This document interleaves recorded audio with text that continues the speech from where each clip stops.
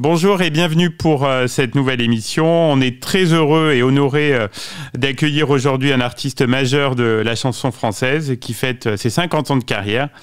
Bonjour Yves Dutheil et merci d'être à mon micro. Merci beaucoup et bonjour. Votre parcours musical a commencé dans les années 70.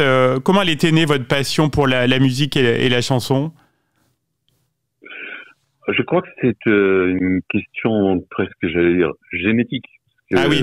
Ma maman était très très bonne pianiste. Son frère était illusionniste, enfin prestidigitateur et musicien.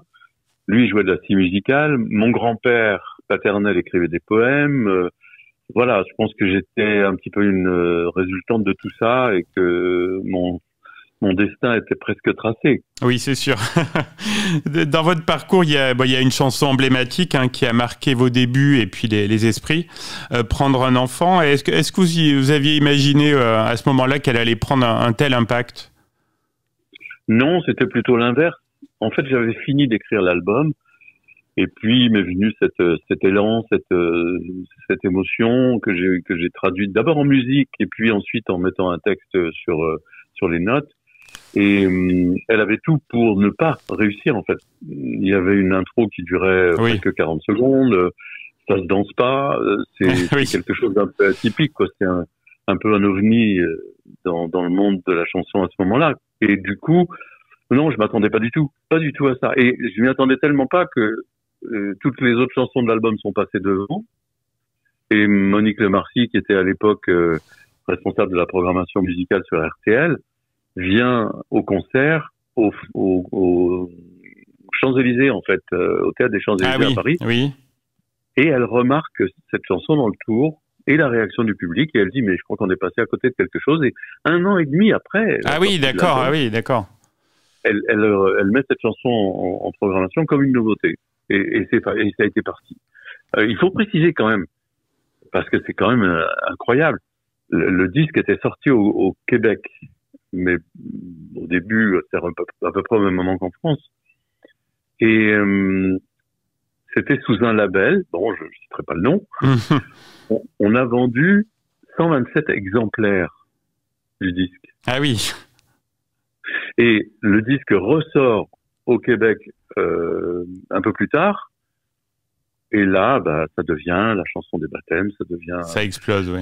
Ouais. Ah oui, le destin des chansons est tellement imprévisible. Oui, c'est ce que j'adore, moi, dans la chanson, ouais, c'est ça.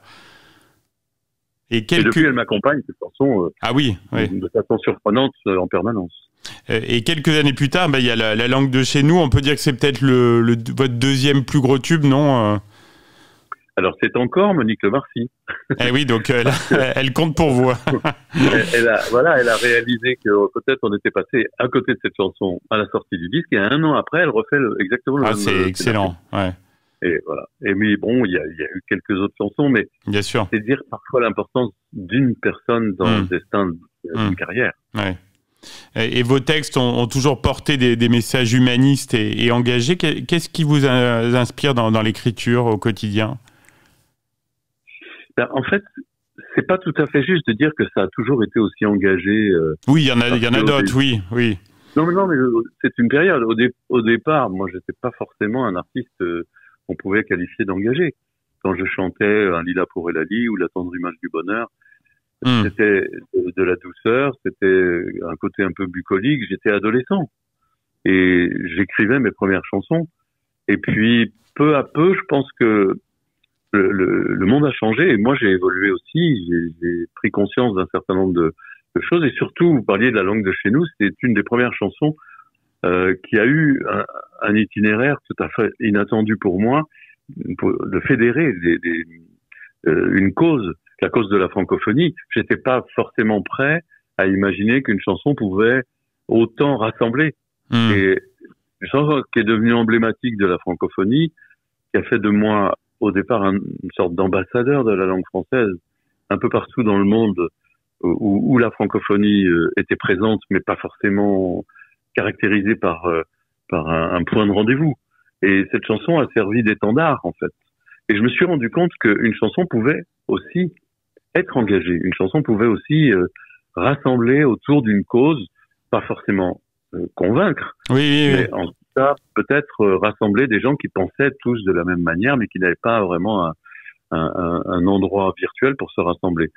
Et ça m'a donné effectivement envie d'être beaucoup plus dense dans l'intensité du propos.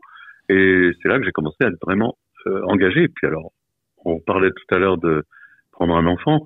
Quand cette chanson a été désignée par un sondage public populaire comme la chanson du XXe siècle, Ah oui. Ouais. là, ça a été un choc pour moi. Et je me suis dit, c'est le moment de me mesurer à cette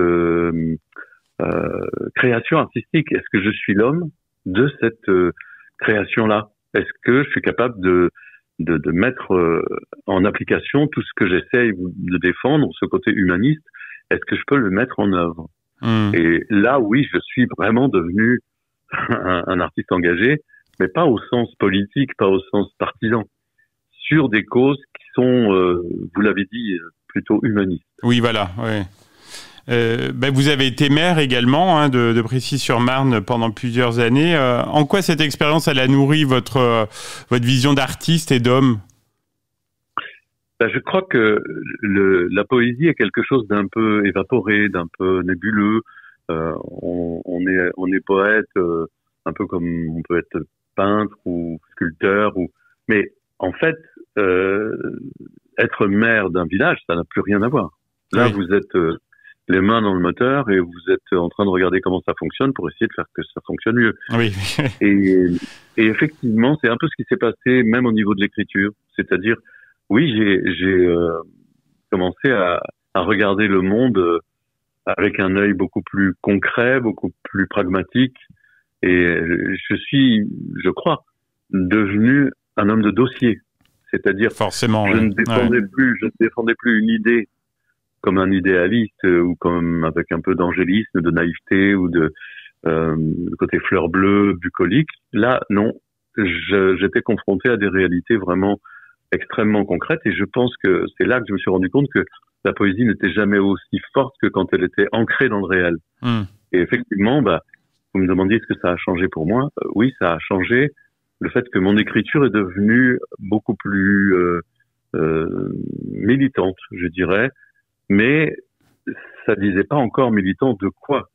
Et oui, c'est-à-dire qu'à partir de ce moment-là, vous êtes confronté à des demandes d'engagement.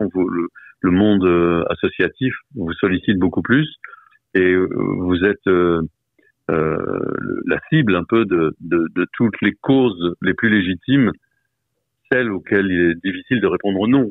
Et donc, c'est comme ça que je suis devenu maire, en fait. Parce que cet engagement est passé à ma portée, que je me suis rendu compte qu'en tant que personne publique, je pouvais avoir un rôle peut-être un petit peu plus visible, je dirais, qu'un simple citoyen. Et ça m'a donné effectivement l'opportunité de m'engager sur des causes humanitaires, mais même effectivement citoyennes. La défense de l'environnement, c'est quelque chose qu'un maire fait au quotidien. Oui, tout à fait. C'est plus des phrases en l'air. Je me suis pas mis à penser vert tout d'un coup, à repeindre mes chansons en vert. Je crois que j'ai écrit à ce moment-là une chanson sur le mur de Berlin, une chanson sur Yitzhak Rabin, une chanson sur la chute des tours jumelles et les attentats après de 2015. J'ai écrit vraiment des chansons sur la liberté du peuple tibétain, sur le Cambodge et les Khmers rouges, voilà, c'est là que mon engagement s'est traduit par le fait de penser que la douceur, que j'ai toujours défendue en fait depuis le début sans en être véritablement conscient, pouvait être un désir ultime, une aspiration ultime de l'humanité. Et c'est pas quelque chose de naïf. Il y a plus de naïveté à ce niveau-là. C'est-à-dire que quand vous êtes en train de défendre une cause essentielle, une cause existentielle, vous pouvez défendre effectivement la famille, l'amour que vous portez à vos enfants, en étant le militant avec force de ce qu'il faut pour gagner cette guerre de la douceur. Parce que la douceur est un enjeu qui nous concerne tous, Complètement. C'est ça qui anime le soldat ukrainien dans sa tranchée pour aller vers la victoire. Donc c'est pas quelque chose. J'ai été impressionné, par exemple, de savoir que l'attentat à Drakkar, je sais pas si vous vous souvenez, oui. à Beyrouth, une voiture, un camion suicide, kamikaze, qui a explosé à l'intérieur même de la caserne des soldats de la paix. Et il y a eu énormément de victimes. Et cet attentat, en fait, a fait des victimes aussi en parallèle dans une deuxième séquence sur la caserne équivalente des soldats américains. Eh bien, au Noël suivant, la chanson qu'ont chanté les soldats pour célébrer Noël, c'était Prendre un enfant. Ah oui, d'accord. J'étais très impressionné par le pouvoir de la douceur, le pouvoir de l'amour qui nous anime tous et auquel on aspire pour justement affronter l'adversité et faire naître une force en nous qui nous donne l'énergie de faire face à l'adversité. Pour célébrer vos 50 ans de carrière, Yves, vous avez sorti récemment un album live, Yves Dutheil aux Folies Bergère. Est-ce que vous pouvez nous en dire 2 mots? Ah oui, je peux. C'était un gros événement pour nous. C'est quelque chose qui s'est préparé très longtemps à l'avance, déjà plusieurs années à l'avance, parce qu'on a commencé à travailler sur ce spectacle quand on était au Québec en tournée en 2019 et que on cherchait à faire un fil rouge d'émotions qui résume à la fois une carrière sans être pour autant une enfilade de tubes où les gens se lèvent et tapent dans les mains, quoi. Et donc on a forgé ce spectacle en y mettant beaucoup de musique et d'acoustique, mais en même temps beaucoup de précision. Moi, je me suis beaucoup affûté au piano et à la guitare pour faire ce spectacle. Et quand on était vraiment sur le point de monter sur scène au Folies Bergère, je peux vous dire que je serrais les fesses. Ah oui, d'accord. C'était vraiment, pour le dire de façon un petit peu crue, quoi. Mais simplement parce que c'est un spectacle très difficile techniquement et très exigeant musicalement. Et puis, je prends maintenant d'autant plus de plaisir à le faire que il est né de cette volonté de célébrer 50 années que j'aurais jamais pu imaginer possible quand j'ai commencé à écrire avec mon on se doute, carnet, sur mon lit avec ma guitare. Et 50 ans plus tard, être toujours là, c'est quand même quelque chose d'extraordinaire. Vous en êtes fier de ça, oui, heureux?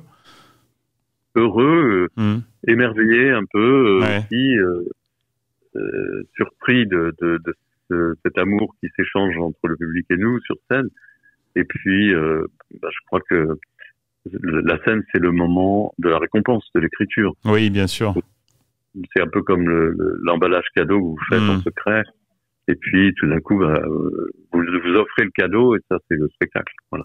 Justement, la scène, là, vous en avez prévu là en 2025? Ah, on n'arrête pas. Vous n'arrêtez pas, vous êtes toujours sur les routes? Regardez le blog, vous allez voir le programme. On est toujours sur la scène, sur les routes. Et toujours aussi heureux de le faire. Bon, on espère que vous viendrez nous voir en Auvergne bientôt. Avec grand plaisir. Vous savez, on fonctionne à l'invitation. On n'a pas un tourneur qui se dit tu vas sortir à Lyon, le mercredi à Marseille et puis le jeudi à Lille. Ouais. On répond à des invitations et heureusement pour nous, il y en a toujours. Le message est passé en tout cas là sur l'antenne. Pardon ? Le message est passé à l'antenne. Si les programmateurs nous écoutent, on vous attend.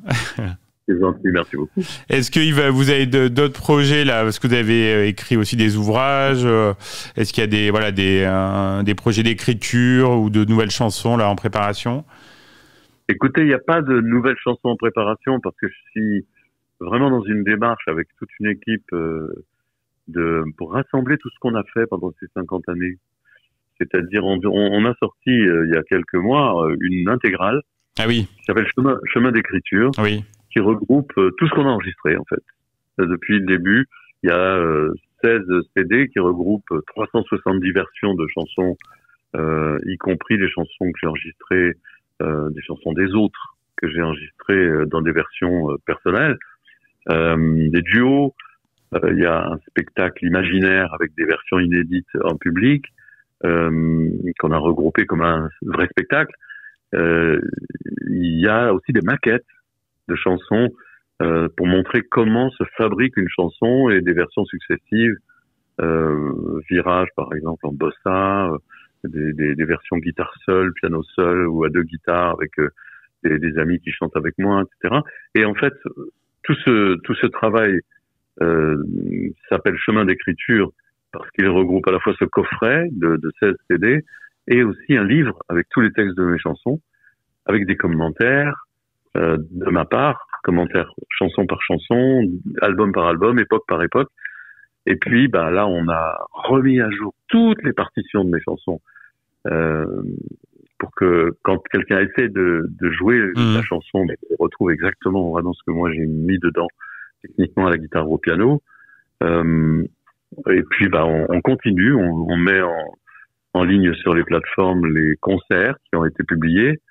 Voilà, on travaille en fait à rassembler ces 50 années de chansons sous toutes leurs formes. C'est très bien. Écoutez, on va regarder à nouveau tout ça sur Internet. Et c'était un plaisir, en tout cas, de vous avoir, Yves Dutheil, sur Logos FM. Et puis, on vous dit à très vite en Auvergne ou en échange, comme on vient de le faire aujourd'hui. C'est très gentil. Merci à vous. Merci.